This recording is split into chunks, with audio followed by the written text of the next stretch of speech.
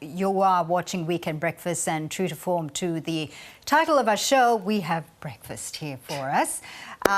Different. It is a little bit different. Alternative breakfast. I mean, although I would always eat corn chips for breakfast if I had to. Now, this week, scientists discovered a way to cook mealworms so that they taste like meat. I don't know about that one. Mealworms are the larval form of a beetle, and they're packed full of nutrients. That's right. They and other insects as well are also an environmentally friendly alternative to meat. So, have we convinced you to serve them up for dinner, pack them as a snack in your lunchbox or something? Let's bring in Skye Blackburn, who's an entomologist and a food scientist who's running her own insect food business. You've been running it for 15 years, Skye. Welcome. Yes, it makes me feel quite old when you say it like that. God, Good morning. no. First of all, thanks for bringing in breakfast. Thank you. What have you, tell us what you've got. What have you brought? So I brought a few different things. So I've got some pasta there. So that's a gluten-free pasta made with cricket protein powder. But it's not cooked, so just trying to show you what we can make using insect protein. Okay. And then I've also got some barbecue flavoured cricket protein corn chips. Nice. And like, let me look. Look, you can't. You can't tell. That You it's can't cricket. tell. I mean, I don't mind tasting it. taste So it. it's crushed. Yeah, so we actually grind it up into a fine powder, which is this one here. So this is the protein powder. Yeah, so we just take the whole crickets, we dry them and then grind them up into a really fine powder. So you can add them to familiar foods that you would eat all the time, and it just enriches them and makes it better for us. Okay. I'm still have to get over the ick factor though about eating. Yeah, it seems like you are. But this is the way to sell it to me. If you put it into like chip Into form, a snack, yep. Yeah, I will eat it. Yeah, well, most people will, and we've actually got the cricket protein corn chips available in over 1,000 school canteens at the moment. Wow. So, okay, what do you find are the main barriers for people? If you remove the bugginess, Yeah. the insectiness, is that, are people happy?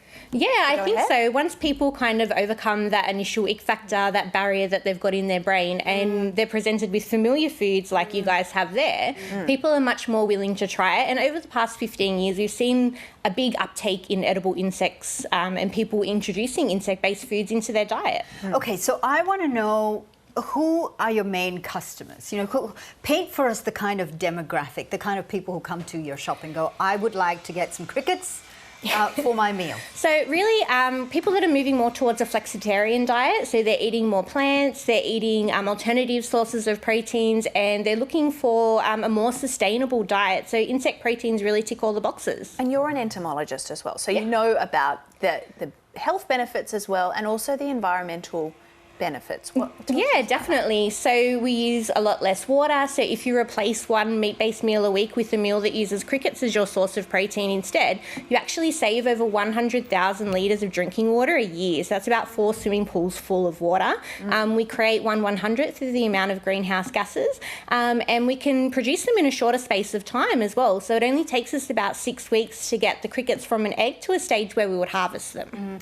But that is the main problem with, say the cattle industry. It takes up a lot of land, it takes up a lot of water as well. Has been said that it's not environmentally friendly because it is at such a large scale.